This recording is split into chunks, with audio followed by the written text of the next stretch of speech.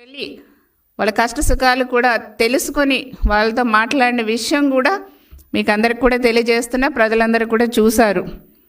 మరి పోలవరం ఎడవ కాలువ పనులకు సంబంధించి మరొక 1000 కోట్లతో 8 దశల్లో వేగవంతంగా పనులు జరుగుతున్న విషయాన్ని కూడా నేను ప్రజలందరికీ కూడా తెలియజేస్తున్నాం. మరి ఈ రోజున ఒక గొప్ప విషయం ఏంటంటే, నేడు పోలవరం ప్రాజెక్టుకు సంబంధించి అంతర్జాతీయ నిపుణులు సందర్శించి దిశానిర్దేశం చేస్తున్నారు. అక్కడ అవన్నీ చూస్తూ అవన్నీ పరిశీలన చేస్తున్నారంటే దీనికంతటికీ కారణం గౌరవ ముఖ్యమంత్రి చంద్రబాబు నాయుడు గారి యొక్క చొరవ అనేసి కూడా నేను ప్రజలందరికీ కూడా తెలియజేస్తున్నాను.